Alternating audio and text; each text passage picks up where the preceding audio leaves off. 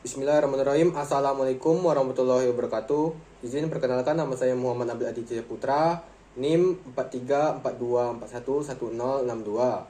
Jurusan Teknik Informatika, Prodi TRPL kelas 1C Malam. Izin untuk menjelaskan materi yaitu konsep dari ERD atau Entity Relationship Diagram. Nah, kita harus paham dulu nih apa sih itu ERD atau Entity Relationship Diagram. Entity Relationship Diagram yaitu sebuah alat penting dalam pemodelan sebuah base data gitu. Jadi pada ERD ini kita memberikan sebuah struktur atau gambaran terhadap data satu dengan data lainnya gitu dalam base data. Kemudian kita harus paham dulu nih poin-poin penting yang ada pada konsep ERD. Yang pertama ada entitas atau entity. Pada entitas ini kita definisikan sebagai sebuah objek nyata yang kita gunakan pada sebuah sistem gitu. Sebagai contoh, saya analogikan lagi sebagai kasus kampus dan universitas. Di situ kita bisa tarik data entitasnya berupa mahasiswa, dosen, ruang kelas, mata kuliah gitu. Nah, kemudian kita lanjut ke poin berikutnya, yaitu atribut. Atribut itu merupakan karakteristik atau properti atau merupakan informasi lebih lanjut dari entitas. Jadi saya analogikan lagi sebagai contoh, mahasiswa. Mahasiswa memiliki atribut berupa NIM, alamat, email.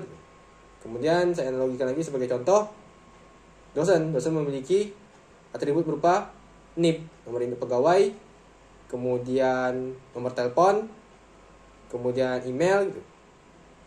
Nah, kita lanjut lagi nih ke poin berikutnya, yaitu relasi.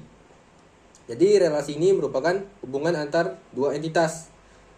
Nah, jadi relasi ini merupakan hubungan antar dua entitas. Di sini saya analogikan lagi sebagai contoh relasi mengambil. Jadi mahasiswa sebagai entitas, relasi mengambil itu sebagai relasi, kemudian mata kuliah itu sebagai entitas. Jadi mahasiswa mengambil mata kuliah. Nah, gitu. Kemudian kita lanjut lagi nih ke poin berikutnya, yaitu kardinalitas. Kardinalitas ini merupakan banyaknya atau batasan jumlah entitas yang berpartisipasi terhadap sebuah relasi gitu. Ada 3 gambaran umum atau 3 kardinalitas yang bisa digunakan. Yang pertama ada one to one, kemudian ada one to many, dan many to many. Kemudian kita harus mengerti nih kenapa sih kita harus menggunakan konsep dari ERD ini. Jadi ERD ini sangat penting dalam pemodelan sebuah data gitu. Jadi sebelum kita membuat sebuah base data, kita harus memodelkannya dulu, membuat strukturnya dulu. Kemudian kita sebagai sarana komunikasi antar pengembang dan pemangku kepentingan gitu. Dan yang terakhir sebagai dokumentasi yang kita dapat gunakan sebagai sebuah dokumentasi sebelum proyek itu kita bangun. Oke, itu saja mungkin yang bisa saya sampaikan pada penyampaian materi secara singkat ini. Saya akhiri, wabillahi taufiq wal hidayah. Wassalamualaikum warahmatullahi wabarakatuh.